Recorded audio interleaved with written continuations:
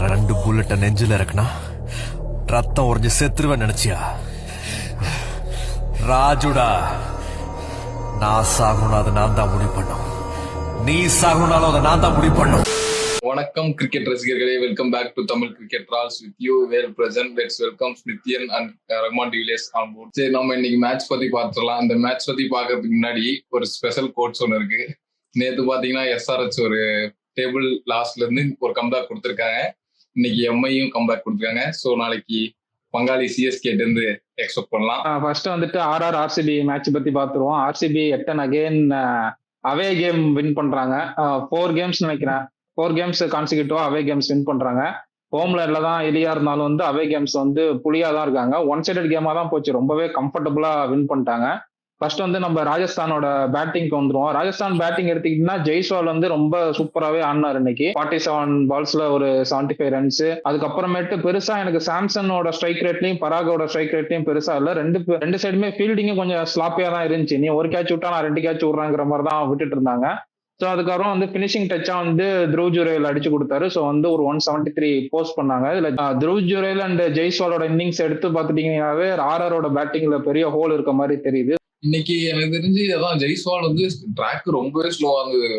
Match பார்த்தா ஏன்னா அது இப்படி ஒரு ட்ராக் கொடுத்து வச்சிருக்காங்க, சுத்தமா பேட்லயே பட மாட்டேது. அது ஜெய்ஸ்வால் வந்து வேற லெவல்ல விளையாண்டாரு. அது ஓகே. சஞ்சு சாம்சன் ஸ்டார்டிங்லேயே தெரிஞ்சுட்டு அவர் ஆடின 10 பால்ல இன்னைக்கு இன்னும் எக்ஸ்பெக்ட் பண்ண முடியாது, கூடிய சீக்கிரத்துல அவுட் ஆயிட்டு போயிடுவாருன்னு. பராகனா ஆக்சுவலா நல்லா தான் ஆடினாரு. எனக்கு தெரிஞ்சு சூப்பரா ஸ்பின்னர்ஸ் வந்து பயங்கரமா கட் ஷாட் எல்லாமே சூப்பரா ஆடினாரு. அந்த ஃபுல்லாவே அந்த ஃப்ரண்ட் ஃபுட்ல வந்து ஒரு 6 எல்லாம் அடிப்பாரு எனக்கு தெரிஞ்சு ஒரு ஸ்பின்னர். அதெல்லாமே சூப்பரா இருந்தது. பராக் பேட்டிங் பொறுத்தவரையும் நல்லா ஆடினாரு. ஃபீல்டிங் கொஞ்சம் நீ சொதப்பிட்டாரு. ஆக்சுவலா அவரோட ஸ்டாண்டர்ட்ஸ்க்கு இல்ல.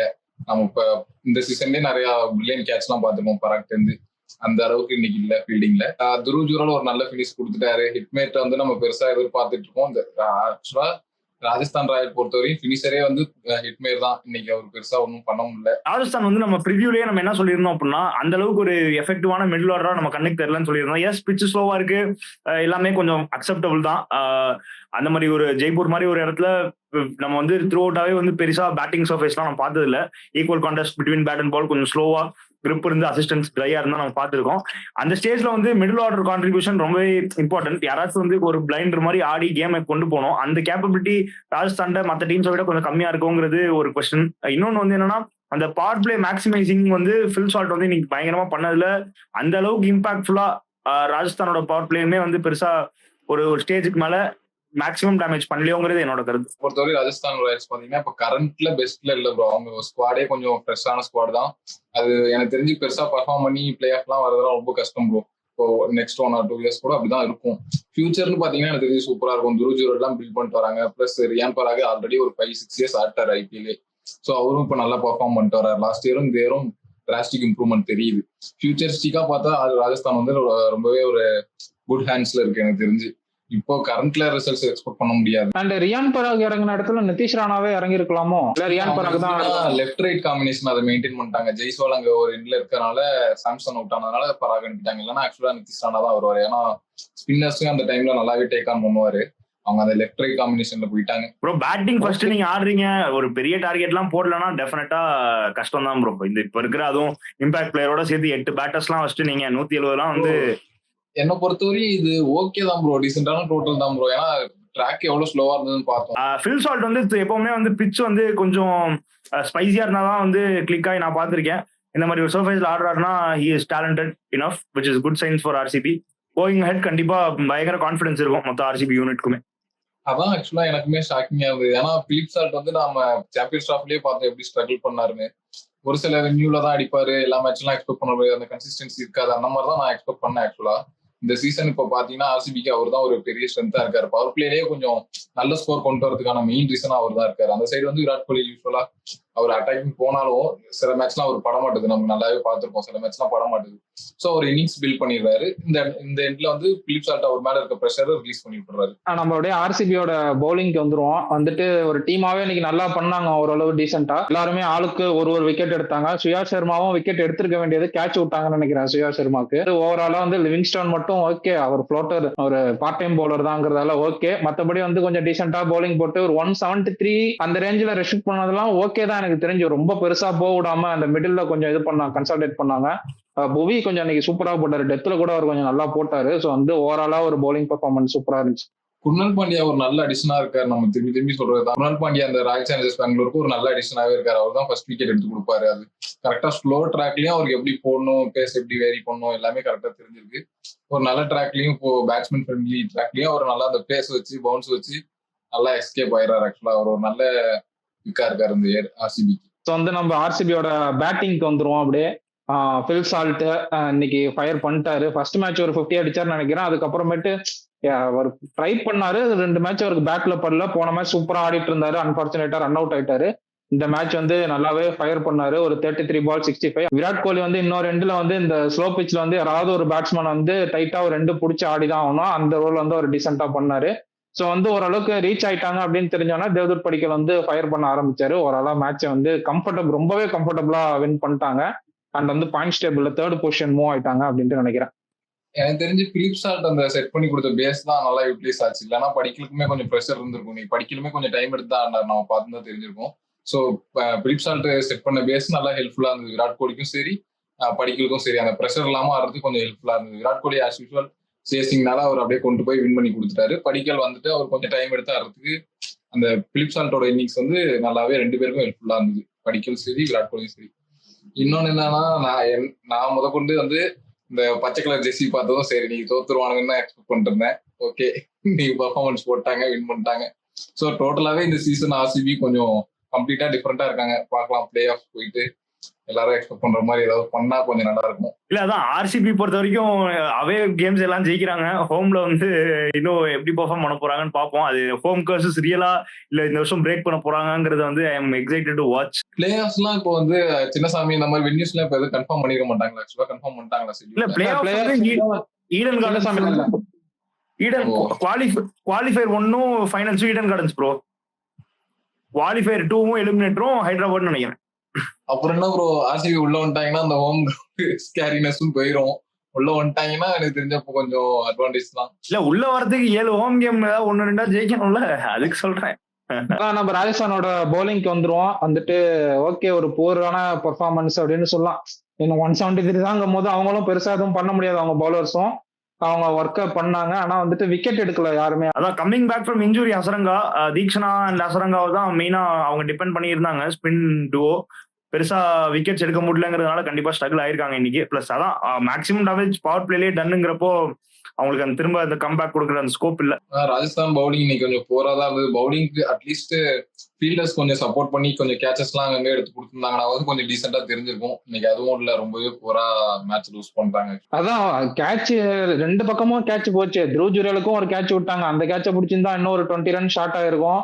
மேட்ச் இதுக்கு முன்னாடியே எப்பயோ முடிஞ்சிருக்கும். 2 சைடும் கேட்ச் போயிட்டு தான் இருந்துச்சு. போட்டி போட்டு ஃபீல்டிங் பண்ணாங்க. யாரு ஒரு கேட்ச் விட்டாங்களோ? நிறைய கேட்ச் விட்டாங்க. அது கேட்ச் எல்லாம் கூட எடுத்துட்டு பார்த்தாலுமே ப்ரோ இன்னைக்கு நான் ஆர்சிபி ஃபீல்டிங் பார்த்தேன். இன்னைக்கு ரொம்பவே ஸ்கிராட்சியா இருந்தது ப்ரோ. பவுலர்ஸ் சும்மா இப்போ குர்னால் பாண்டியா வச்சுக்கோங்க, சுயேஷ் சர்மான்னு நினைக்கிறேன், பால போட்டாரு நேரா பேட்ஸ்மேன் கையிலேயே அடிக்கிறாங்க, அதை அவுட் விட்டாரு ப்ரோ. சிங்கிள் ஸ்டாப் பண்ணிருக்காங்க. இந்த மாதிரி எனக்கு தெரிஞ்சு ஒரு 20+ ரன்ஸ் எக்ஸ்ட்ரா வந்துச்சு. இல்லைன்னா நம்ம ஆர்ஆர் வந்து 150 ரெஸ்ட்ரிக்ட் பண்ணிருப்பாங்க. ஃபீல்டிங்ல தான் எரர் வந்து 20+ ரன்ஸ் எக்ஸ்ட்ரா வந்துச்சு ஆக்சுவலா. இல்ல குர்னால் பாண்டியாவும் ஒரு 4 விட்டாருன்னு நினைக்கிறான். விராட் கோலி கேட்ச் விடுறாரு இன்னைக்கு. சோ வந்துட்டு ஆர்சிபியோட கைக்கு வந்தது ப்ரோ, அது லட்டா வந்தது, அதை விட்டுட்டாரு. ஓவராலா ஆர்சிபியோட ஃபீல்டிங் இன்னைக்கு ஒரு ஸ்லாப்பியா தான் இருந்துச்சு. இருந்தாலும் அவங்க வந்து 2 பாயிண்ட்ஸ் வாங்கிட்டாங்க இன்னைக்கு. So they are going good, 8 points இந்த பாயிண்ட்ஸ் டேபிள். பார்ப்போம் அடுத்தடுத்த மேட்ச் எப்படி பண்றாங்கன்னா. மூவிங் ஆன், நம்ம வந்து அடுத்த மேட்ச் போயிருவோம். பிளாக் பஸ்டர் மேட்ச் இன்னைக்கு அதுதான் டுடே. இந்த RRO மேட்ச் வந்து RROன்னு போயிருச்சு. எம்ஐ மேட்ச் வந்து MIDC மேட்ச் வந்து ஒரு பயங்கரமான மேட்ச். எங்கேயோ போயிட்ட கேம் வந்து எம்ஐ வந்து புல்லின் பண்ணி கொண்டு வந்தாங்க. அந்த 3 ரன் அவுட் எல்லாமே வேற லெவல்ல பண்ணாங்க இன்னைக்கு எம்ஐ. கொஞ்சம் இடையில கருணாயர் போட்டு பொழந்தாலுமே கொண்டு வந்துட்டாங்க. ஸோ அந்த மேட்சை பத்தி டீடைல்டா நம்ம பாத்துருவோம். ஃபர்ஸ்ட் வந்துட்டு எம்ஐ பேட்டிங் பத்தி பார்ப்போம். யாராவது ஸ்டார்ட் பண்ணுங்க. ரோஹித் சர்மா பத்தி பேசிருங்க எடுத்தோடனே. அதாவது ப்ரோ நம்ம வந்து ஃபாலோவர்ஸ் கேட்கறது நியாயமான கேள்விதான். இல்ல ஃபாலோவர்ஸ் கேட்கறது நியாயமான கேள்விதான். நீங்க எந்த ஆங்கிள் எந்த ஆஸ்பெக்ட்ல யோசிச்சாலுமே அவங்க கேட்கறது சிம்பிள். நீங்க எங்களை இவ்வளவு கிரிட்டிசைஸ் பண்றீங்க, எல்லாம் ஓகே, ஒரு சைடு வச்சுக்கோங்க. ரோஹித் சர்மா இவ்வளவு மேட்சஸ்ல என்ன பண்ணாரு, நீங்க அவர் மேல ஏன் ஹார்ஷா இருக்க மாட்டீங்கன்னு கேட்டாங்க. நம்ம இவ்வளவு மேட்ச் வந்து நான் இன்டர்ன் காட்டினாரு, பட்டுச்சு பட்டல பட்டுரும் அப்படின்னு நம்ம வந்து அப்படி இப்படின்னு நம்ம வந்து சமாளிச்சுட்டு இருந்தோம். ஒரு ஸ்டேஜுக்கு மேல வந்து சொல்லிதான் ஆகணும். நீங்க என்னதான் இன்டர்ன் காட்டினாலும் என்னதான் நீங்க பண்ணாலும் பெர்ஃபார்மன்ஸ் இல்லைன்னா பீப்புள் வில் கிரிட்டிசைஸ் தான், அதை நம்ம அக்செப்ட் பண்ணி தான் ஆகணும். ஹி பிளேட் போர்லினா ஹி பிளேட் போர்லி தான். த்ரூ அவுட்டாவே நீ இப்படிதான் 7 பால் ஆடுவேன் 15 ரன் தான் நான் அடிப்பேன்னா டெஃபினட்டா உங்களை விட பெட்டர் பிளேஸ் இன்னொரு பேட்ஸ்மேனால ஆட முடியும். டெஃபினட்டா அவர் நீங்க ஆட்டு நீங்க வெளில இருந்து டீமை கைட் பண்ணிட்டு கேப்டன்சி அந்த ஸ்பின் சேஞ்ச் நீ கொண்டு வந்தார்ல அந்த மாதிரி நீங்க பியூட்டிஃபுல்லா டீமை கைட் பண்ணிட்டு போங்க. இல்லாட்டி வந்து ரன்ஸ் அடிங்க. அதுதான் என்னோட ஹானஸ்ட் ஒப்பீனியன். உங்க தாட்ஸ் நீங்க சொல்லுங்க. இதுதான் ப்ரோ நான் ஃபர்ஸ்ட்ல இருந்தே சொல்லிட்டு இருக்கேன். இப்போ நம்ம மத்த டீம்ஸ் எல்லாம் சொல்றேன் யங்ஸ்டர்ஸ்க்கு சான்ஸ் போக மாட்டாங்க அந்த மாதிரி. அதே தான் ப்ரோ இங்கேயும் நடக்குது. ஆக்சுவலா ரோஹித் சர்மா வந்து நான் சொல்றேன் முன்னாடி சொல்லிட்டு இருக்கேன் 2-3 சீசனா பர்ஃபார்மே பண்ணல. சும்மா அவரோட அந்த பேருக்காக அவர் பிளேயிங் லெவன்ல இருக்கிற மாதிரி இருக்கு. அது வந்து இப்போ பர்ஃபார்மன்ஸே இல்லைன்னா டிராப் பண்ணிட்டு ஸ்ட்ரைட்டா வேற யாருக்காவது சான்ஸ் கொடுக்கலாம் ப்ரோ. இப்போ வில் ஜாக்ஸே ரொம்ப கீழே தள்ளிட்டாங்க. அவருக்குமே வந்து கரெக்டான ஒரு ஆப்பர்ச்சுனிட்டி கிடைக்கல. தெரிஞ்சு ஒரு 2 மேட்ச் தான் கொடுத்தாங்கன்னு நினைக்கிறேன். அதுலயும் கொஞ்சம் ஸ்லோ ட்ராக் அந்த மாதிரிலாம் இந்த சீசனே நம்ம பார்த்துட்டு வரோம் எவ்வளவு கொஞ்சம் டிஃபரன்ஸ் இருக்குன்னு சொல்லிட்டு. ஸோ ரோஹித் சர்மாவுக்கு வந்து இவ்வளவு சான்ஸ் கொடுத்து பெர்ஃபார்ம் பண்ணலன்னு நல்லாவே தெரியுது ப்ரோ. பேருக்கு விளையாடுறதுக்கு அவரை உட்கார வச்சுட்டு வேற யாருக்கோ சான்ஸ் கொடுக்கலாம் ப்ரோ. மேபி ஒரு 2-3 மேட்சஸ் உட்கார வச்சுட்டு ஏன்னா புதுசா வந்தவங்களும் பெர்ஃபார்ம் பண்ணுவாங்கன்னு நம்மளால சொல்ல முடியாது. இல்ல அவங்களுக்கு என்னன்னா ப்ரோ இல்ல அவங்களுக்கு என்னன்னா they really believe that Rohit will come to party. அவருக்கு அந்த இன்டென்ட் இருக்கு, அவரால் கண்டிப்பா அடிக்க முடியுங்கிறதால அவர் பேக் பண்றாங்க. Plus Rohit Sharma any day அதை வந்து பேக் பண்றாங்க. ஃபெயிலியர் ஆகிறப்போ நம்ம கண்டிப்பா கிரிட்டிசைஸ் பண்றோம். ஆனா அவங்க வந்து இன்னுமே அந்த ஃபெய்த் வச்சிருக்காங்க. அதனால தே ஓன் டிராப்ங்கிறது என்னோட கருத்து. இதே ஃபெய்த் தான் ப்ரோ மத்த டீம் வச்சிருக்காங்க. நான் என்ன சொல்றேன்னா பெர்ஃபார்மன்ஸ் இல்லைன்னா நல்லா கிளியராவே தெரியுது ப்ரோ.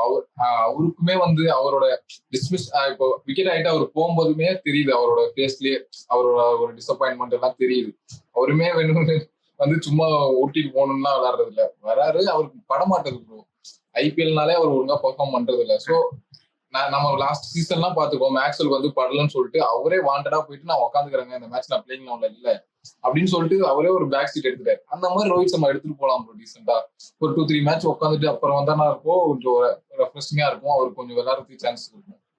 ஸோ அந்த பிளட்ச்ல அவருக்கே ஃப்ரஸ்ட்ரேட்டிங்கா தான் ப்ரோ இருக்கும். இப்படிலாம் இன்னிங்ஸ் தேவையில்லாம விக்கெட் த்ரோ பண்ணிட்டு இருந்தா அவருக்கே ஃப்ரஸ்ட்ரேட்டிங்கா தான் இருக்கும். ஸோ ஒரு பிரேக் வந்தாருன்னா பெட்டரா இருப்பாரு எனக்கு தெரிஞ்சு.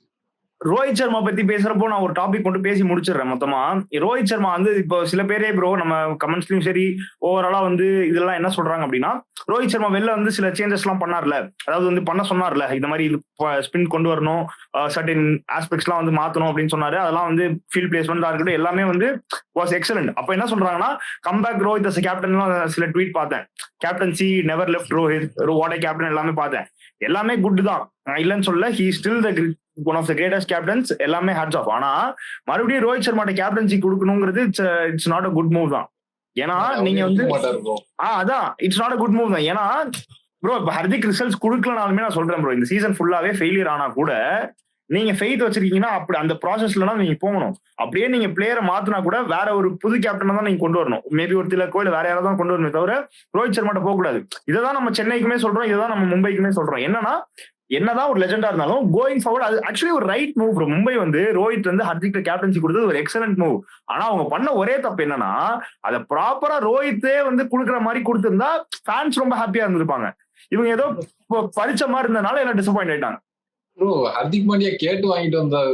இப்ப நான் மும்பைக்கு திரும்பி வரணும்னா எனக்கு கேப்டன்சி வேணும் கேட்டு வாங்கிட்டு வந்தாரு தானே. இல்ல அதான் மும்பை யோசிச்சது கரெக்ட் தான் ப்ரோ. ஏன்னா ரோஹித் இஸ் கெட்டிங் ஏஜ். அதுக்கப்புறம் நீங்க அடுத்த கேப்டன் மெட்டீரியல் நீங்க பாக்கணும். அப்ப நீங்க ஹர்திக கேப்டனா பாக்குறது தப்பே கிடையாது. ஆனா அந்த டார்ச்சை வந்து நீங்க ரைட்ஃபுல்லா பாஸ் பண்ணிருந்தீங்க. எல்லாரும் முன்னாடியும் ப்ராப்பரா ஒரு செரமனி மாதிரி வச்சோ இல்ல வந்து ஒரு அபிஷியல் அனௌன்ஸ்மெண்ட் ரோஹித் வந்து கொடுக்குற மாதிரி இருந்தாலும் would be more அந்த ட்ரெஸ்ஸிங் ரூம் சினாரியோ அந்த ஓவரால் கான்ஃபிடன்ஸ் டீமோட மொத்த இதுமே வந்து would be even better. அதுதான் அங்க ஃபேன்ஸ்க்கு ரொம்ப அஃபெக்ட் ஆயிருச்சு.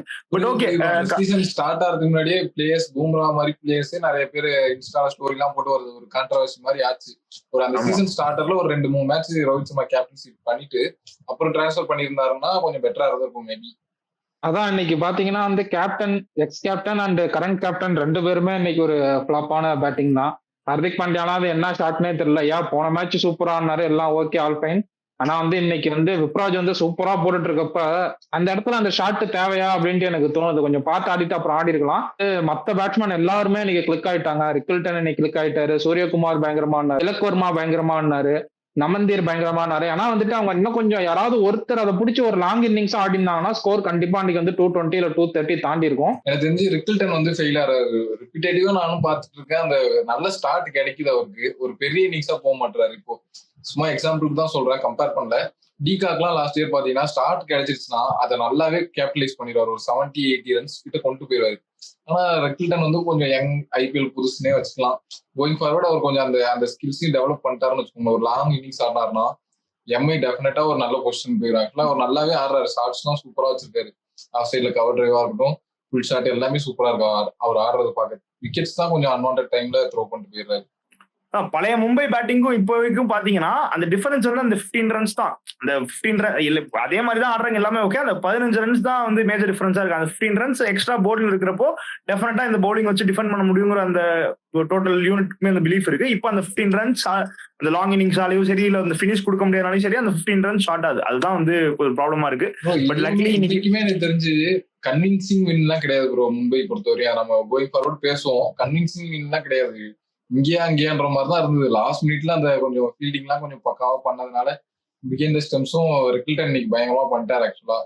ஸோ அதெல்லாம் தான் கொஞ்சம் மும்பை ஜெயிக்க ஹெல்ப் பண்ணுச்சு. மற்றபடி கன்வின்சிங் வின் கிடையாது. ஆமா, ஆனா வந்துட்டு எனி வின் இஸ் வின். எனக்கு கன்வின்சிங் வின்னா இருந்தாலும் சரி, எப்படி வின் பண்ணாலும் 2 பாயிண்ட் வரதான் போகுது. ஸோ வந்துட்டு கன்வின்சிங் வின்லாம் கிடையாது. இந்த வின் வந்து மும்பைக்கு வந்து ஒரு பயங்கர பூஸ்டா இருக்கும் கோயிங் ஃபர்தர் என்ன பொறுத்த வரையும். ஏன்னா வந்துட்டு ஒரு ஃபீல்டிங் யூனிட் தாண்டவ ஆரம்பிச்சிருச்சு. இனிமேல் அடிதான் பாருங்க ப்ரோ.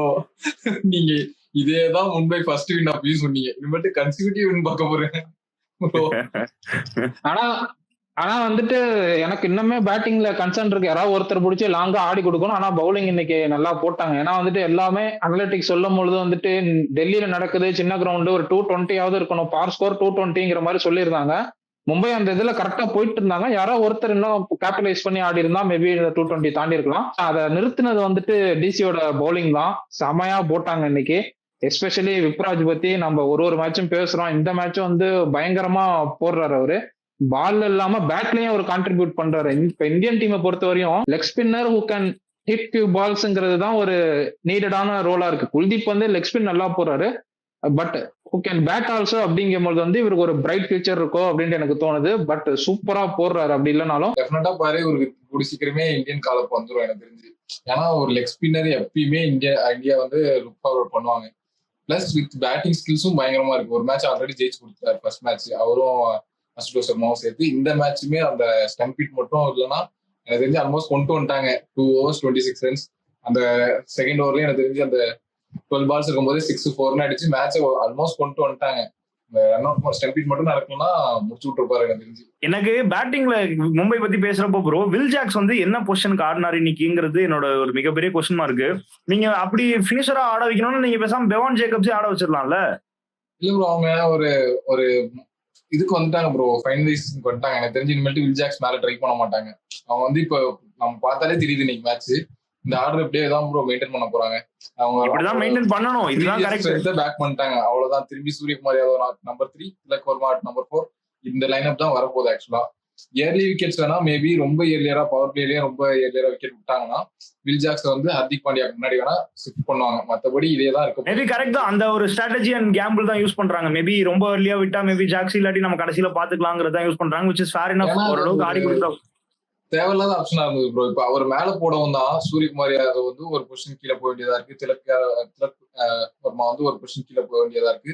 அவங்களோட பெஸ்ட்டும் எக்ஸ்ட்ராக்ட் பண்ண முடியல. சோ இப்ப இருக்கிறதா எனக்கு தெரிஞ்சு பர்ஃபெக்டா இப்பதான் காம்பினேஷன் செட் ஆயிருக்கு. இன்னொரு 2 மேட்ச் இப்படியே வின் பண்ணாங்கன்னா அவ்வளவுதான், பேக் டு ஃபார்ம் நம்ம அபிஷியலா சொல்லிடலாம். டெல்லி பவுலிங் யூனிட்னு பாக்குறப்போ ப்ரோ, நம்ம ஆல்ரெடி நான் நிறைய தடவை சொல்லியிருக்கேன், one of the best bowling unit, if not the best bowling unit Delhi தான் 100% ஷுவர்னு. அந்த மாதிரி ஒரு குவாலிட்டி பவுலிங் அட்டாக்ல இருக்கிற பவுலர்ஸ் எல்லாம் நீங்க பாத்தீங்கன்னா மிச்சல் ஸ்டார்க் நீங்க அடி வாங்கினாரு. அது தவிர குல்தீப் யாதவ் பயங்கரமா போட்டாரு, விப்ராஜ் நிகம் நல்லா போட்டாரு, அக்ஷர் பட்டேல் ஃபியூவர்ஸ் தான் போட்டாரு, மோஹித் சர்மா, முகேஷ் குமார் எல்லாம் டீசெண்டா போட்டாங்க. இந்த மாதிரி ஒரு குவாலிட்டி பவுலிங் அட்டாக் அகேன்ஸ்டா நீங்க கொஞ்சம் பேட்டிங்ல வந்து கொஞ்சம் ஸ்ட்ரகிள் பண்றீங்கன்னா என்னை பொறுத்த வரைக்கும் தட்ஸ் ஓகே தான். நீங்க இதை மற்ற டீம்ஸோட கம்பேர் பண்றப்போ Delhi bowling attack is much ahead. So அதோட வந்து நீங்க நல்லா தான் ட்ரை பண்ணிருக்கீங்க, நல்லா தான் அடிச்சிருக்கீங்க. 200 on board is good. Yes, நீங்க இன்னும் கொஞ்சம் லாங் இன்னிங்ஸ் ஆடி இருக்கலாம். பட் நான் வந்து ரொம்ப ஹார்ஷா கிரிட்டிசைஸ் பண்ண மாட்டேன். ஏன்னா Delhi bowling was really good. On paper பெர்ஃபார்மன்ஸும் சரி, ஆன் பேப்பரும் சரி, இட்ஸ் ரியலி குட். அதை அவங்க மறுபடியும் காட்டியிருக்காங்க. அதனால நான் மும்பை பேட்டிங் மேல ரொம்ப ஹார்ஷா இருக்க மாட்டேன். பட் ஆனா ஐபிஎல் மாதிரி ஒரு டோர்னமெண்ட்ல போக போக இந்த மாதிரி குவாலிட்டி ஆப்பனன்ஸ் தான் நீங்க ஃபேஸ் பண்ணுவீங்க. ஸோ அதனால இந்த டைம்லயே நீங்க இம்ப்ரூவைஸ் பண்ணா ஸ்டார்ட் பண்ணணுங்கிறது என்னோட கருத்து. ப்ரோ என்னை பொறுத்தவரைக்கும் இந்த கேம் வந்து லாஸ்ட் 2 overs முன்னாடி வரையுமே டெல்லி கையில தான் ப்ரோ இருந்தது. இந்த விப்ராஜ் அசுடோ சர்மா விளையாடுற வரையுமே டெல்லி கையில தான் இருந்தது. இவங்க தான் அதை தவற விட்டாங்க, கொஞ்சம் ஸ்கிராட்சியா ஆடிட்டாங்க. மற்றபடி எனக்கு தெரிஞ்சு முன்னாடி எல்லாம் கேம் ஆன்ல தான் இருந்தது. இவங்கதான் கொஞ்சம் ஸ்கிராட்சே ஆட்டாங்க ஆக்சுவலா. இன்னைக்கு என்ன பொறுத்த வரையுமே மெயினான ஒரு பேட்ஸ்மேன் பயங்கரமா ஆடினவர் வந்து கருண் நாயர் மட்டும்தான் என்ன கேட்டீங்கன்னா. வேற யாரும் அந்த அளவுக்கு எனக்கு இம்ப்ரெசிவா தெரியல. மேபி உங்களுக்கு வேற தாட்ஸ் இருக்கலாம். ஒரு 40 பால்ஸ் வந்து 89 ரன்ஸ் அடிச்சு கொடுத்து மேக்ஸிமம் டெல்லி சைடு வந்து மேட்சை கொண்டு வந்து கொடுத்துட்டு போயிட்டாரு. இது மேல நீங்க பாத்துக்கங்கடா, அதான் இவ்வளவு பேர் இருக்கீங்களா பின்னாடி, நீங்க பாத்துங்கடான்னு மாதிரி கொடுத்துட்டு போயிட்டாரு. அங்க இருந்து அவங்க பயங்கரமா சோக் ஆயிட்டாங்க, பயங்கரமா விக்கெட்ஸ் லூஸ் பண்ண ஆரம்பிச்சிட்டாங்க. யாரு ஸ்ட்ரைக் ரேட்டுமே அதுக்கப்புறம் ஒரு ரீசனபிளா விப்ராஜ் நிகம் வந்து அந்த ஓவர்ல வந்து கொஞ்சம் அடிச்சாரு, சாண்டர் ஓவர்ல கொஞ்சம் அடிச்சாரு. அப்படி இல்லாட்டியுமே அந்த ஓவர்ல விக்கெட்டையும் விட்டு போயிட்டாரு. அது ஒரு கேம்பிள் எடுத்தாங்க, அது வந்து மும்பைக்கு பயங்கரமா ஒர்க் ஆயிருச்சு. மத்த யாருமே வந்துட்டு பெருசா இன்னைக்கு ஸ்கோர் பண்ணவே இல்லை. ஒரு total let down Delhi batting unit பொறுத்தவரையும் எக்ஸப்ட் கருண் நாயர். அதான் ஃப்ரேசர் மெக்ரர்க் அவர் வந்து எனக்கு தெரிஞ்சு பர்ஃபார்மே பண்ண போறது சீசன் ஃபுல்லா. எனக்கு தெரிஞ்சு உட்காந்து கோல்டன் டக், முதல் கோல் டக் இன்னைக்கு. வேற ஏதாவது ஒரு ஆப்ஷன் போலாம் ப்ரோ. அவருக்கும் சேம் லைக் அதே தான் ப்ரோ. படலன்னு தெரிஞ்சிருச்சு, வேற ஏதாவது சான்ஸ் கொடுத்துடலாம். எனக்கு தெரிஞ்சு பாதி சீசன் முடிஞ்சிருச்சு ப்ரோ. இன்னமும் அவர் ட்ரை பண்ணிட்டு இருக்கோம். லாஸ்ட் சீசன் இல்ல அவங்க என்ன இல்ல ப்ரோ, அவங்க என்ன மென்டாலிட்டியில போறாங்கன்னா, நமக்கு பேட்டிங் 8 வரைக்கும் இருக்கு, விப்ராஜ் நிகம் 8 வரைக்கும் இருக்கு. சோ நீ இல்லனா கூட எங்களுக்கு 7 பேட்டர்ஸ் இருக்காங்க, உன்னை வச்சு நாங்க கேம்பிள் எடுத்துக்கிறோம். உனக்கு பட்டுச்சுன்னா அன்னைக்கு நாங்க வின்னு, படலன்னா பரவாயில்ல, நாங்க 7 பேட்டர்ஸ் வச்சு ஆடிக்கிறோம்னு நினைக்கிறாங்க போல. திரும்பி கருண் நாயருக்கு சான்ஸ் கிடைக்குமா தெரியாது. இப்போ அவர் பர்ஃபார்ம் பண்ணிட்டாரு. இப்போ இன்னைக்கு வந்து இந்த மாதிரி ஒரு சான்ஸ் சுச்சுவேஷன் கிடைச்சதுனாலதான் கருண் நாயர் மாதிரி ஒரு பிளேயருக்கு சான்ஸ் கிடைச்சது. இப்போ இந்த மாதிரி டிஃபால்ட் பிளேயர்ஸ் பர்ஃபார்ம் ஆனாத பிளேயர்ஸ் பிளேயிங் லெவல்ல வச்சிருக்கனால இந்த மாதிரி சில பிளேயர்ஸ் வந்து சான்ஸே கிடைக்காம அன்னோட்டிஸ்டா போயிடுறாங்க. இந்த மாதிரி பர்ஃபார்ம் பண்ணலன்னா ஒரு பாதி முடிஞ்ச வரைக்கும் சான்ஸ் கொடுத்தாச்சு ப்ரோ. இதுக்கப்புறம் பர்ஃபார்ம் பண்ணா உட்கார வச்சுட்டு வேற பிளேயர் தான் போயாகும். இன்னொரு விஷயம் என்னன்னா ப்ரோ, டெல்லி பேட்டிங் பத்தி பேசுறப்போ வந்து இன்னைக்கு மெயின் லெட் டவுன் நம்ம பார்த்தோம்னா, அதாவது வந்து ஃபர்ஸ்ட் ஆஃப் ஆல் கருண் நாயர் பத்தி ப்ரோ சொன்னாரு. அந்த லிட்டரலா அந்த திமிரு படத்துல இருந்த திமிரு படமா சாரி சண்டைக்கோழி படம் டெம்ப்ளேட் தான். அடி வாங்குறதே அண்ணன் தாங்கிற மாதிரி போட்டு பும்ராவை போட்டு பொழந்துட்டாரு. நான் வந்து இந்த மாதிரி பார்த்தது இல்ல ரீசென்ட் டைம்ஸ்ல. யாரும் இப்படி அடிச்சு மைண்ட் செட்ல வந்திருக்காரு bro. Best player best bowler யாரோ அவங்க ஷாட்ஸ் எல்லாமே ஏதோ ஃப்ளூக்லாம் கிடையாது, எல்லாமே ப்ராப்பர் ஷாட்ஸ், சூப்பரா அடிச்சாரு. Very Impress, really Impress bro. பயங்கரமான ஒரு டிசிஷன் மேக்கிங் எல்லாமே பெர்ஃபெக்ட்டா இருந்துச்சு. டொமஸ்டிக்ல இருந்து அப்படியே கேரி பண்ணிருக்காரு ஃபார்ம. ஹேமந்த் பதானிக்கு டெல்லிக்கும் நம்ம கிரெடிட்ஸ் கொடுத்தே ஆகணும் ப்ரோ. ஏன்னா அவங்க எல்லா தொட்டது எல்லாமே தங்கமாயிருச்சு ப்ரோ. எல்லாமே அவங்க பண்றது கரெக்டா தான் போயிருக்கு. Everything is perfect. ஸ்கவுட்டிங்கா இருக்கட்டும், டொமஸ்டிக் பீப்புளா எல்லாமே வந்து கரெக்டா இருந்திருக்கு. ஆன் பாயிண்ட், டாக்டிக்கலி, ஸ்ட்ராட்டஜிக்கலி எல்லாமே. இன்னொரு விஷயம் என்னன்னா, நம்ம பேசுறப்போ கேஎல் ராகுல் அண்ட் ஸ்டப்ஸ் தான் ப்ரோ. அங்கதான் கேம் மாறிடுச்சு என்ன பொறுத்த வரைக்கும். ஏன்னா அவங்க தான் வந்து ஒரு மேஜர் ஸ்ட்ரென்த்தா இருந்தாங்க மிடில் ஆர்டர்ல. ஸ்டப்ஸ் வந்து இன்னைக்கு அந்த ஃபால் ஷாட் ஆடி அவுட் ஆனது வந்து ஒரு மேஜர் லெட் டவுன். அதே மாதிரி கேஎல் ராகுல் பத்தி பேசணும்னா, அதுக்கு முன்னாடி தான் ஹேமந்த் பதானி ரிஸ்வீட்ட சொல்லி அனுப்பியிருப்பாரு. இந்த மாதிரி ராகுல் வந்து ஃபுல்லா ஆட சொல்லு, ஒரு 2 பிடிச்சு ஆட சொல்லு, அதுக்கப்புறம் எப்படியுமே ஃபாஸ்ட் போலர்ஸ் ஓவர் இருக்கு, பாத்துக்கலாம், தெளிவா இன்ஸ்ட்ரக்ஷன் சொல்லி அமைச்சிருப்பாரு. நம்ம என்ன சொன்னாங்க நம்ம எக்ஸாக்டா தெரியாது, ஆனா அவங்க சொன்னதை வச்சு நமக்கு புரியுறது அதுதான். கண்டிப்பா அவர் அதான் சொல்லியிருக்கணும். கமெண்ட்ரியில அதான் சொன்னாங்க. அப்ப வந்து ஸ்பின்னர்ஸ் வந்து ஒரு ஷார்ட் ஆயிட்டீங்க, அவுட் ஆயிட்டீங்க. அதுக்கப்புறம் ஹேமந்த் பதானி வந்து அந்த ஸ்ட்ராட்டஜிக்கல் டைம் அவுட் அப்போ உள்ள வரப்போ என்ன சொன்னாருன்னா, there is 3 more overs of fast bowlers left. ஹிந்தியில கத்துனாரு, ஏதோ 3 ஓவர் ஆஃப் பேஸ் இருக்கு, நீ எதுக்கு இந்த மாதிரி ஒரு தேவையில்லா ஷார்ட் ஸ்பின்னு காட்டின அப்படின்னு சொல்லிட்டு கத்திட்டு போனாரு. அங்க வந்து கேஎல் ராகுலோட விக்கெட் வந்து ரொம்ப குரூஷியல். எஸ், ராகுல் வந்து சூப்பரா பெர்ஃபார்ம் பண்ணிருக்காரு, எக்ஸலன்ட், அதெல்லாம் ஓகே. பட் இன்னைக்கு மேட்ச் பத்தி நம்ம பேசுறோம்னா, அந்த டைம்ல குரூஷியல் விக்கெட் ஆஃப் ராகுல் வாஸ் வெரி இம்பார்ட்டன்ட். அங்க வந்து ஒரு லெட் டவுன் ஆயிடுச்சு. அதுக்கப்புறம் அஸ்டோஸோட ரன் அவுட் தான் ப்ரோ கேம் சேஞ்சிங். அது இருந்திருந்தா எப்படி வேணா கேம் போயிரும் ப்ரோ. இது ஒரு நீங்க சொல்றது இந்த நீங்க சொன்னீங்க இப்ப கேஎல் ராகுல் வந்து ஏன் அந்த ஷாட் போனாருன்னு ப்ரோ. இது எப்படின்னா சில டைம் கிளிக் ஆகும், சில டைம் கிளிக் ஆகாது. இன்னைக்கு கிளிக் ஆகல, அவ்வளவுதான் ப்ரோ. ஏன்னா லாஸ்ட் மேட்ச் இதே மாதிரி ஒரு சினாரியோ தான்.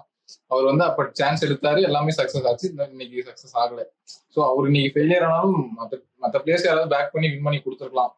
அவர் மட்டும் நம்ம சொல்றதை விட மற்ற பிளேயர்ஸ் யாராவது பேக் பண்ணிக்கலாம். இன்னைக்கு ஸ்டப்ஸுக்கும் மாட்டல. நம்ம டெல்லி பொறுத்தவரையும் அந்த மிடில் ஆர்டர் நம்ம கன்சிடர் பண்றது கேஎல் ராகுல், ஸ்டப்ஸ் தான். அவங்க 2 பேருமே இன்னைக்கு பெர்ஃபார்ம் பண்ணாம போயிட்டாங்க. அஸ்டோ சர்மா, யுவராஜ் இவங்க முடிச்சு கொடுத்துருந்தாங்கன்னா எனக்கு தெரிஞ்சு டெல்லியில எங்கேயுமே மைனஸே பார்க்க முடியாது ப்ரோ. இந்த பேட்டிங் லைனப்ல இப்பயுமே மைனஸ் பார்க்க முடியல. ஆக்சுவலா மைனஸே காணோம், மைனஸ் தேடிதான் இப்படி கண்டுபிடிக்கணும். ஸ்டப்ஸுக்கு வந்து இது ஒரு டெய்லர் மேட் சிச்சுவேஷன். இந்த மாதிரி நிறைய மேட்ச் வந்து ஸ்டப்னர் இருக்காரு உங்களோட ஃபேவரட். ஓகே, ஆமா, அது ஒரு மைனஸ் கண்டிப்பா இப்போதைக்கு ப்ரோ. ஸ்டப்ஸ் வந்து டெய்லர் மேட் ப்ரோ. இந்த மாதிரி மேட்சஸ் எல்லாம் நிறைய ஜெயிச்சு கொடுப்பாரு. இது ஒரு பெர்ஃபெக்ட் சிச்சுவேஷன், அவருக்கு சூப்பரா கொண்டு போய் ஜெயிச்சு கொடுப்பாரு. அவர் வந்து இன்னைக்கு ஒரு லெட் டவுன் ஆனதுதான் கொஞ்சம் ஒரு டிசப்பாயிண்டிங். நம்ம அப்படியே வந்துட்டு மும்பையோட பவுலிங்க்கு வந்துருவோம். தீபக் சகர் இன்னைக்கு எடுத்தோடனே ஃபர்ஸ்ட் பாலே விக்கெட் எடுத்து கொடுத்துட்டாரு. ஸோ வந்துட்டு அதே மாதிரி வந்துட்டு சாண்டனருக்கு அந்த ஓவர் கொடுத்தாங்க. அந்த 18th ஓவர்னு நினைக்கிறேன். 18th ஓவர் சாண்டனர் கொடுத்ததெல்லாம் வந்து ஒரு கேம்பிள் தான். மேட்ச் இப்படியும் போயிருக்கலாம், அப்படியும் போயிருக்கலாம். அந்த கேம்பிள் எடுத்தாங்க. ஏன்னா ஹர்திக் பாண்டியாவுக்கு 2 ஓவர் இருந்துச்சு, போல்ட் அதுக்கு முன்னாடி தான் ஓவர் போட்டார், அவருக்கு தர முடியாது. ஹர்திக் பாண்டியாவுக்கு 2 ஓவர் இருந்துச்சுங்கும் பொழுது அந்த ஓவர் ஹர்திக் பாண்டியா போட்டு அடுத்த ஒரு பும்ரா போட்டு அதுக்கு அடுத்த ஒரு போல்ட் அப்படின்ட்டு முடிச்சிருக்கலாம். ஏன்னா வந்துட்டு போல்ட் அதுக்கு முன்னாடி ஒரு செம பயங்கரமா போட்டாரு. யார்கர் வந்து சும்மா நச்சு நச்சுன்னு நெயில் பண்ணிட்டு இருந்தாரு, அந்த அளவுக்கு ஒரு bowling போட்டிருந்தாரு. இருந்தாலும் அவங்க அந்த கேம்பிள் எடுத்ததால தான் விப்ராஜோட விக்கெட் கிடைச்சது. ஸோ வந்துட்டு டிசிஷன்ஸ் எல்லாமே அந்த கரண் சர்மாவை கொண்டு வந்ததா இருக்கட்டும், பவுலிங்க்கு அந்த எல்லா டிசிஷனுக்குமே ஹேட்ஸ் ஆஃப். இன்னைக்கு அவங்க பண்ண எல்லா மூவுமே கிளிக் ஆயிருச்சு. ரன் அவுட்ஸும் வந்து அதுக்கு முன்னாடி 2 ரன் அவுட் மிஸ் பண்ணாங்க. ஆனா கரெக்டான டைம்ல வந்து தேவையான இடத்துல வந்து அடிச்சு மேட்சை முடிச்சு ஜெயிச்சிட்டாங்க. நான் இதுதான் ப்ரீவியஸ் கேமுமே சொன்னேன். மும்பைக்கு வந்து ஒரு பெரிய லெட் டவுனா, பெரிய ஒரு மைனஸா தெரியுது, ஸ்பின்னர்ஸ் விக்கெட் எடுக்க மாட்டாங்க. சாண்ட்னர் மெயினா விக்கெட் எடுக்க மாட்டாரு. இதுதான் பெரிய கன்சர்னா இருந்தது. இந்த மேட்ச் அவர் எக்ஸ்பென்சிவா இருந்தாலுமே அந்த மெயினான விக்கெட்ஸ், முக்கியமான டைம்ல விக்கெட் எடுத்து கொடுத்தாரு.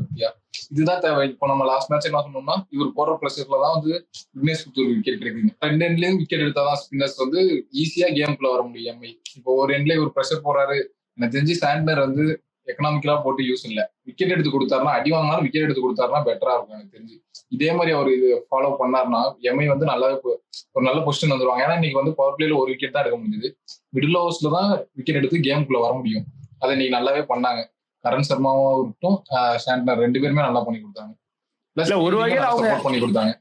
ஒரு வகையில அவங்க எப்படி ஹாப்பியா இருப்பாங்கன்னா, பும்ரா மாதிரி ஒரு பிரீமியம் பவுலர் இன்னைக்கு அடி வாங்கியுமே நம்மளால நல்லா பண்ண முடிஞ்சுன்னா, பும்ரா வந்து அவரோட எப்பவும் போடுற மாதிரி அவரோட கோட்டா முடிச்சாருன்னா நம்ம டெஃபினட்டா இன்னுமே பெட்டர் பவுலிங் யூனிட் தான். அது கண்டிப்பா அந்த ஃபேக்டர் நடக்குங்கிறதுல அவங்க பிலீவ் பண்ணுவாங்கன்னு நினைக்கிறேன். இன்னொரு மேஜர் அட்வான்டேஜ் இன்னைக்கு வந்து ட்ரெண்ட் போல்ட்டோட அந்த ஸ்லாட் கடைசியா ஒரு போட்ட டெத் ஓவர் வந்து பயங்கர பர்ஃபெக்டா இருந்துச்சு. யாக்கர்ஸ் எல்லாமே பின் பாயிண்டா இருந்துச்சு. அதை கண்டிப்பா அவங்க எடுத்துப்பாங்க.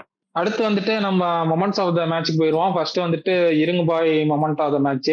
இந்த இருங்குபாய் மொமெண்ட் ஆஃப் த மேட்ச் வந்து நான் ஃபர்ஸ்ட் மேட்சை பொறுத்தவரையும் வந்து சால்ட் கொடுக்குறேன். ஏன்னா வந்துட்டு ரீசெண்டா ஃபர்ஸ்ட் மேட்ச் ஒரு 50 அடிச்சாலுமே அதுக்கப்புறம் வந்து பேட்டிங்ல அவர் பெருசா பண்ணல. போல மேட்ச் ரன் அவுட் ஆயிட்டாரு. ஸோ இந்த மேட்ச் வந்துட்டு ஹெவியா வந்து பெர்ஃபார்ம் பண்ணி டீமுக்கு வந்து ஜெயிச்சே கொடுத்துட்டாரு அப்படின்னு சொல்லுவேன். ஸோ வந்து இருங்குபாய் மொமெண்ட் ஆஃப் த மேட்ச் வந்து ஃபார் ஃபுல் சால்ட். அண்ட் வந்துட்டு மும்பை இந்தியன்ஸை பொறுத்தவரை மும்பை இந்தியன்ஸோட ஃபீல்டிங்க்கு கொடுப்பேன் இருங்குபாய் மொமெண்ட் ஆஃப் த மேட்ச். ஏன்னா வந்துட்டு அந்த அந்த ஒரு மொமெண்ட்ல வந்து கடைசியா புல் பேக் பண்ணி கடைசியா 3 ரன் அவுட் பண்ணி எடுத்ததெல்லாம் பெரிய விஷயம். ஸோ வந்து மும்பை இந்தியன்ஸோட ஃபீல்டிங்க்கு வந்து நான் இருங்குபாய் மொமெண்ட் ஆஃப் த மேட்ச் கொடுப்பேன். ஸோ அடுத்து முடிச்சு விட்டீங்க போங்க மொமெண்ட் ஆஃப் த மேட்ச். நான் முடிச்சு விட்டீங்க போங்க வந்து ஃபர்ஸ்ட் மேட்ச்ல நான் விராட் கோலி தான் கொடுக்குறேன். என்னதான் நீங்க ஸ்ட்ரைக் ரேட்லாம் கொஸ்டின் பண்ணாலுமே சேசிங் தான் ஒரு எப்படின்னு நமக்கு எல்லாருக்கும் தெரியும். இந்த ஒரு சேஸை ஆஸ் யூஷுவல் அவர் நாட் அவுட் அன்பீட்டனா இருந்து கம்ப்ளீட் பண்ணி கொடுத்துருக்காரு. ஸோ அவருக்கு தான் நான் அந்த முடிச்சு விட்டீங்க போங்க கொடுப்பேன். ஏன்னா அந்த மாதிரி ஒரு சில பேர் இப்போ ஃபெயில் ஆயிட்டா மொத்த டீமும் சோக் ஆயிடுச்சுன்னா இந்த சுச்சுவேஷன்ல இருந்து சோக் ஆகிறதுக்கு சான்சஸ் இல்லை. ஆஸ் யூஷுவல் அவர் ஃபினிஷ் பண்ணி கொடுத்துருக்காருல முடிச்சு விட்டீங்க போங்க. ஸோ அவர் கேப்டா இருக்கும்னு நான் கொடுக்குறேன். அக்ஷர் பட்டேல் நான் வந்து முடிச்சு விட்டீங்க போக கொடுத்துருவேன். ஏன்னா அவர் வந்து பவுலிங்லயும் இப்போ பெருசா விக்கெட் எடுக்கிறது இல்லை. கேப்டன்சி வந்ததுக்கு அப்புறம் நான் இந்த சீசனே நான் பார்த்திருக்கேன். பவுலிங்லயும் பெருசா அவரோட கோட்டா கம்ப்ளீட் பண்றதுல, விக்கெட்ஸ் எடுக்கிறது இல்லை. பேட்டிங்லயும் வராரு, சுத்துறாரு, அவுட் ஆயிட்டு போயிடுறாரு. ஸோ கேப்டன்சி சூப்பரா பண்ணிட்டு இருக்காரு. ஒரு ஃப்ரெஷ் கேப்டனா வந்து நல்லாவே லீட் பண்ணிட்டு இருக்காரு டீமை. மற்றபடி அவரோட கான்ட்ரிபியூஷன் சொன்னா இதுல பெருசா இல்லை. கேப்டன்சி மட்டும் தான் பண்ற மாதிரி இருக்கு எனக்கு தெரிஞ்சு. ஸோ அவர் நான் முடிச்சு விட்டீங்க போங்க. ஸோ நீங்க ஃபர்ஸ்ட் முடிச்சு விட்டீங்க போங்க, ஆப்போனண்ட்டை முடிச்சு விட்டது கொடுத்துருக்கீங்க. செகண்ட் முடிச்சு விட்டீங்க போங்க, அவர் டீம் அவரே முடிச்சு விட்டது கொடுத்துருக்கீங்க. கரெக்டா? ஓகே, நான் வீல் வென்று நினைத்தாயோ எஸ்எஸ்வி ஜெய்ஸ்வால் கொடுத்துட்றேன். ஏன்னா அவரு வந்து இன்னைக்கு இந்த நாக் ஆடல அப்படின்னா டெஃபினட்டா வந்து டீம் கம்ப்ளீட்டா பேக் ஃபுட்ல இருந்திருக்கும். இந்த ஸ்கோர் டீசெண்டா ஆடினாங்கன்னா அதுக்கு ஒரு மெயின் ரீசன் ஜெய்ஸ்வால் நல்லா தான் ஆடினாரு. டெஃபினட்டா வீல் வென்று நினைத்தாயோ நிறைய கொஸ்டின் மார்க் கிரிட்டிசிசம்லாம் இருந்ததுக்காக ஜெய்ஸ்வால் கொடுக்குறேன். 2வது மேட்ச் பயங்கர ஸ்பைசி கான்டெஸ்ட், மும்பை வர்சஸ் டெல்லியோட நான் மீள்வேன் என்று நினைத்தாயோ வந்து நான் டெஃபினட்டா ஹர்திக் பாண்டியா கொடுக்குறேன். அதே மாதிரி பின்னாடி இருந்து கைட் பண்ண ரோஹித் சர்மா கொடுக்குறேன். அதே மாதிரி மும்பையோட ஸ்பின் அட்டாக்கு கொடுக்குறேன். மும்பை இந்தியன்ஸ் இந்த மாதிரி ஒரு மிராக்கிள் புல் பேக் பண்ணுவாங்கன்னு நான் நினைக்கவே இல்லை. ஸ்பின் பவுலிங் வந்து இன்னைக்கு பயங்கர எஃபிஷியன்டா எஃபெக்டிவா இருந்தாங்க. Really happy to see. So மொத்த spin and Hardik combine with ரோஹித்க்கு நான் மீள்வேன் என்று நினைத்தாயோ கொடுத்தாரு. என்னை பொறுத்தவரையும் நான் வீல்வேன் என்ற நினைத்தாய வந்து கருண் நாயர் தான் கொடுப்பேன் மும்பை மேட்ச்ல. ஏன்னா என்ன மாதிரியான ஒரு கம்பேக்கு, எப்படி ஒரு ஸ்டேட்மெண்ட் கொடுத்துருக்காரு. ஆக்சுவலா பெஸ்ட் பவுலர், மும்பையோட பெஸ்ட் பவுலர் பூம்ராவே அடிச்சு பறக்க விட்டாரு இன்னைக்கு. எனக்கு தெரிஞ்சு பவர் பிளேலையும் சரி, பவர் பிளே முடிஞ்சதுக்கு அப்புறமே கூட ஒரு ஓவர் அவரை போட்டு அடிப்பாரு. 2 பேருக்கும் வேற ஹீட்டட் அப்பான ஒரு கான்வர்சேஷன் வேற பில்ட் ஆச்சு. பயங்கர ஃபயர்டப்பா இருந்தாரு இன்னைக்கு.